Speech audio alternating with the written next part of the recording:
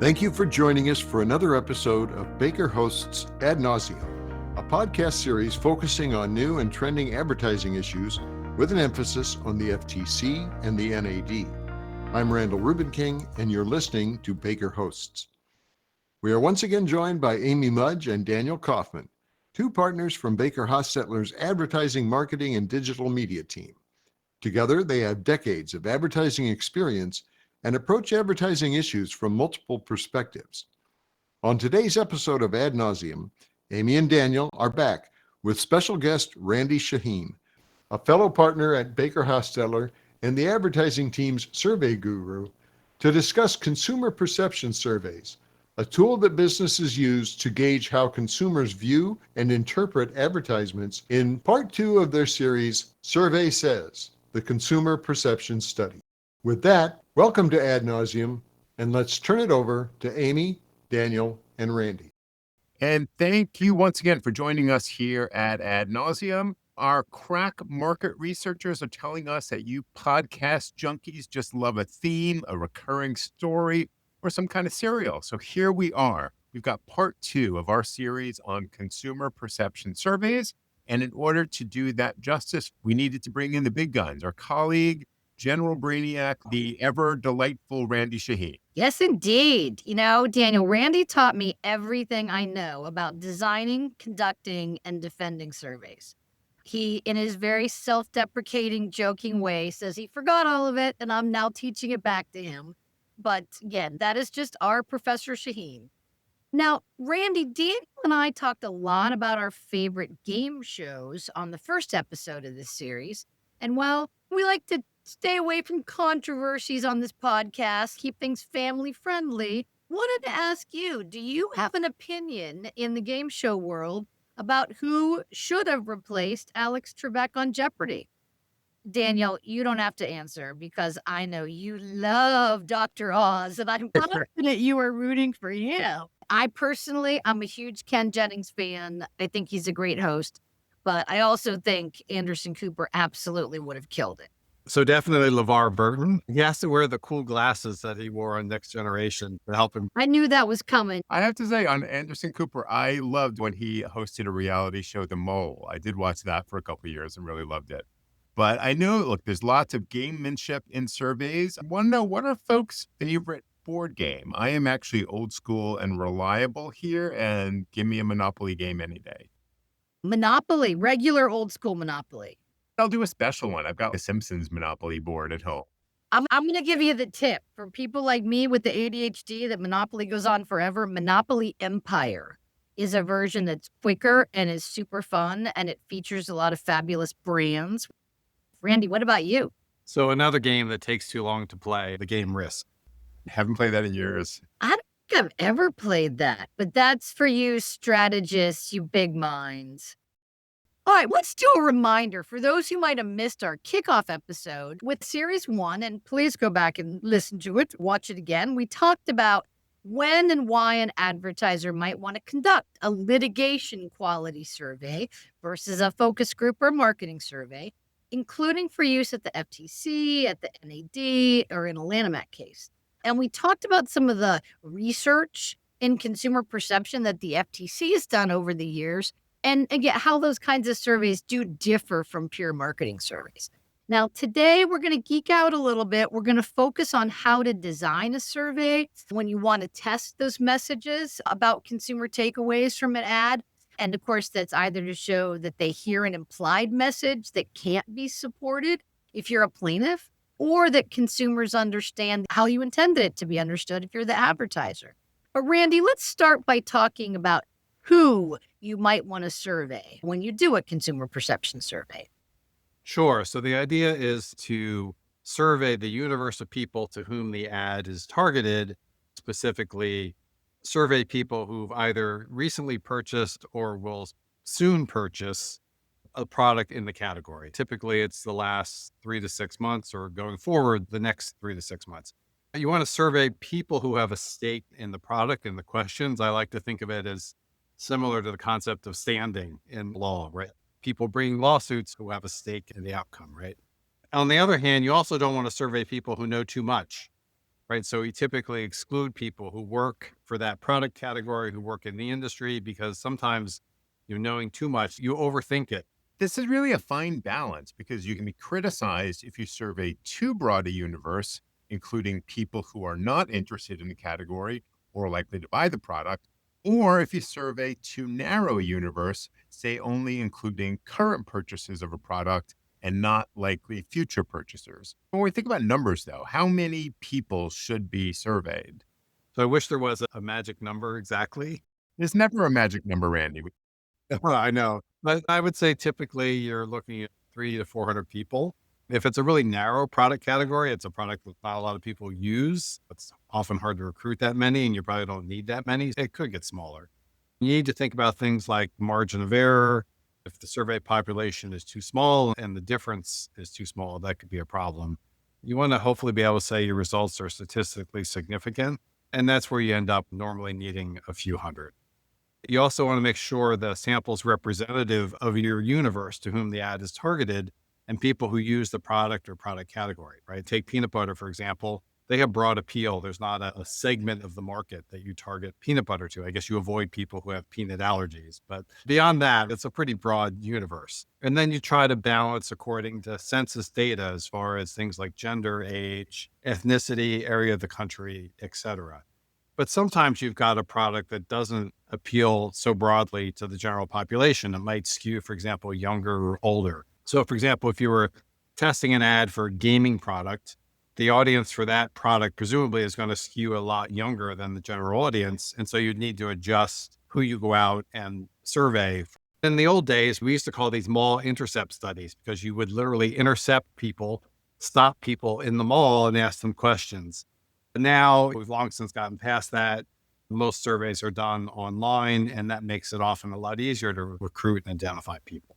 So, in addition to selecting the right universe, you need to use care in what you tell participants about the survey. You don't want to be accused of introducing bias by telling participants up front exactly what they will be doing.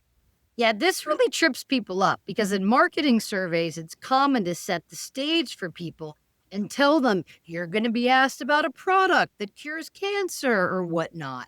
Describing the product and the product benefits up front can be said to poison the well and bias answers when you're trying to tease out how consumers understand ads versus understanding a likely purchase intention. So, after you screen out for the right people to answer questions about an ad, you show the ad to the participant. What are some of the issues there that can trip people up?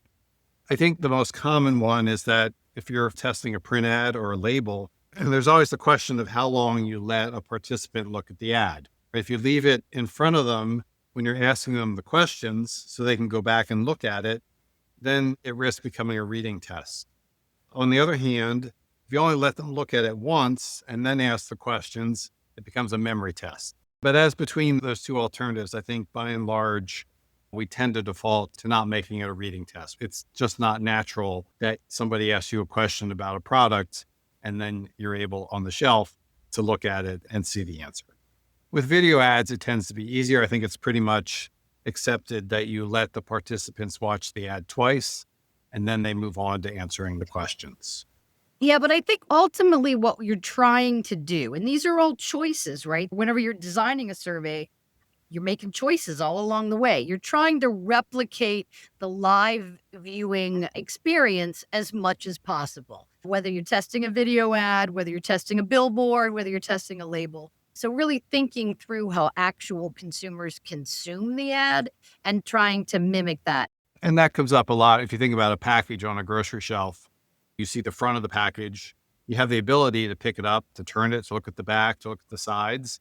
So often in a survey, we give people the option to do that, but some people might not ever do it. They just look at the front and throw it in the shopping cart. So you give people the option to do more, but don't force them to do more. Now, let's talk about designing the questions and the process of what's called filtering, or starting with open-ended questions and moving increasingly to more specific questions.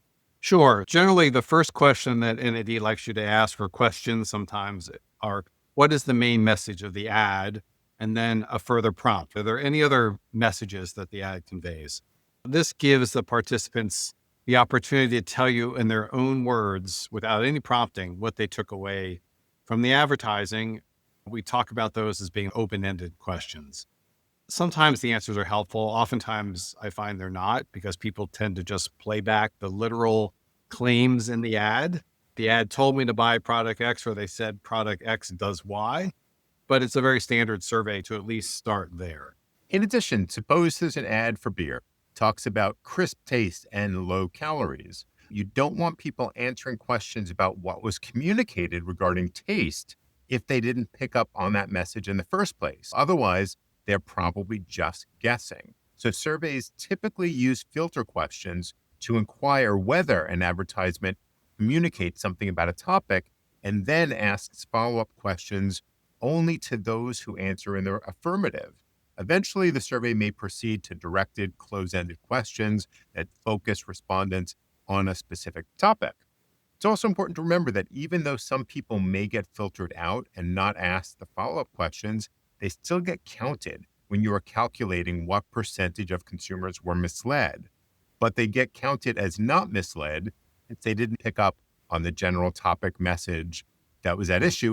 We got to talk about one of the hardest issues in surveys, and that is the creation of a control.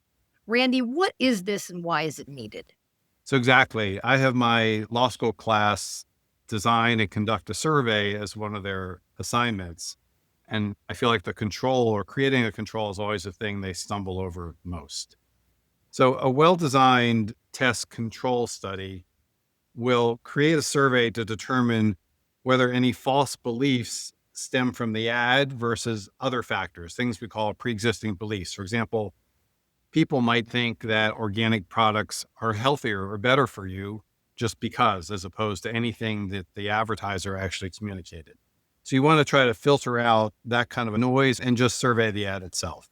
So you create an alternate version of the ad, a control version of the ad, with the allegedly misleading portion fixed. Fixed typically doesn't mean you just take it out. It just means clarifying the ad to remove any doubt that it might be conveying something misleading. For example, if there's a concern that an ad might be implying government approval of a claim, you could add a disclaimer to the control ad that states the claim has not been approved.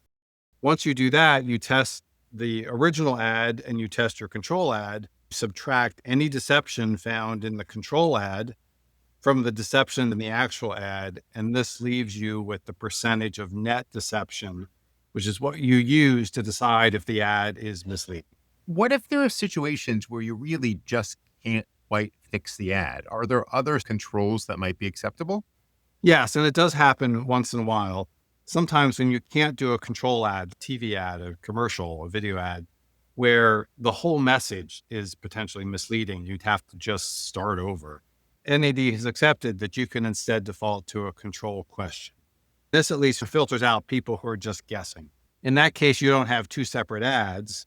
You'd have one ad and one survey, and you ask people a question about something that could plausibly appear in the ad, but does not. For example, if you're surveying an ad that arguably implies a comparative taste advantage, but says nothing about the comparative price of the two products, you could include a control question that asks people whether the ad communicated any message regarding the price of the product. Anybody who says yes gets screened out as a guesser because the ad clearly didn't say that. Now, NAD very much wants to see surveys using a control ad. So if you're going to try a control question, you need to make sure you can really justify an argument that there's no way to plausibly fix or create a control ad from what you're trying to test. Randy, either way, whether you have a control ad or whether you have a control question, what is the amount of net deception that you need to find? And I know this differs a little bit depending on the forum. Yes, exactly. I like to say if you're 10% or under, you're safe, and 20% or above, you're not safe. And everywhere between 10 and 20 is kind of the no man's land. Certainly the FTC, the courts would say low teens might be fine sometimes. NAD, I think I've seen go as low as 18. So there's kind of this no man's land between 10 and 20. All right, but you really want above 20%, certainly at NAD. Yeah, if you're trying to argue something's deceptive, to really be confident about that, assuming your survey is reliable, you'd want at least 20. And Randy, there's another kind of consumer perception survey that we should touch on that's sometimes conducted for use in litigation. And that's the survey to test for materiality, or whether a claim is material to a consumer's purchase decision or not. Can you walk us through what these look like and when it might be useful to test for materiality? Yeah, it's interesting. There's certainly surveys you could do in a Lanham Act false advertising case, an FTC investigation. I know you have done that previously, several FTC cases, or even in the class action false advertising context. At NAD, however, their focus is on whether there's a misleading claim that's made. What's the claim and is it misleading? They don't really care about materiality. They're not trying to bring a legal action. So it's less relevant. Materiality tests are often easier than consumer perception studies. One typical way you might do it is to take whatever you're trying to test, the ad or website, whatever it happens to be, and ask participants, how likely are you to purchase a product after seeing this ad? Materiality is supposed to be linked to purchase decisions. And then test a different version of the ad, like the control, where you fix the alleged misrepresentation and you ask the same question, how likely are you to purchase after seeing this ad? If those two responses are substantially similar, if there's no statistically significant difference in purchase likelihood between those two ads, you can argue potentially that the claim is not material because you've removed it or modified it and you get the same purchase inclination. Doesn't happen often, but it can. And I think the bottom line in all of this is that, whenever you design a survey, there's just a lot of decisions you have to make. And those decisions involve a lot of science. There's certainly a lot of studies on this, but also some art. I've never seen a survey that somebody couldn't at least try to reasonably criticize. Way back in 1992 in the Kraft case, when the Seventh Circuit said the FTC didn't always have to rely on consumer surveys, the court also urged the FTC to help develop uniform standards for surveys. So in its words, advertisers and the FTC wouldn't go round and round on this issue, and uncertainty is reduced to an absolute minimum. But unfortunately, anybody who deals with surveys at NAD or elsewhere would say we're a long ways off from that yet. So, Randy, sounds like we continue to go round and round, I guess. Exactly. Well, Randy, we are always delighted to have you on Ad Nauseam. I learned a lot here today. And I would say, look, the takeaways for me are first, there are lots of available tools to test consumer perception of claims, as well as the materiality of those claims. Second, every survey is unique and will involve making lots of choices over who to survey, how to show an ad, and how to frame the questions. At every stage, it is important to make the choices that are most defensible, that give you a representative universe with appropriate sampling and a methodology that is non-leading and objective as possible, so as not to introduce bias or lead participants to the answers that you want. And finally, make sure you work with lawyers and survey experts and survey firms who know what they are doing and understand the important difference between litigation surveys and marketing surveys. That indeed was a lot to take in, Daniel. But Randy, thank you so much for joining us and helping us unpack this. And that is it for another edition of Ad Nauseam. Hope to see you next time. Thank you, Amy, Daniel, and Randy. If you have any questions for Amy, Daniel, or Randy, their contact information is in the show notes. For more information on the latest developments in ad law, visit our Adventures in Law blog at www.adventures-in-law.com and check out all Ad Nauseam episodes by subscribing to Baker Hosts wherever you get your podcasts. As always, thanks for listening to Baker Hosts.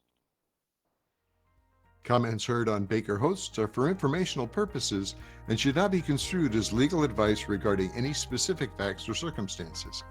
Listeners should not act upon the information provided on Baker Hosts without first consulting with a lawyer directly. The opinions expressed on Baker Hosts are those of participants appearing on the program and do not necessarily reflect those of the firm.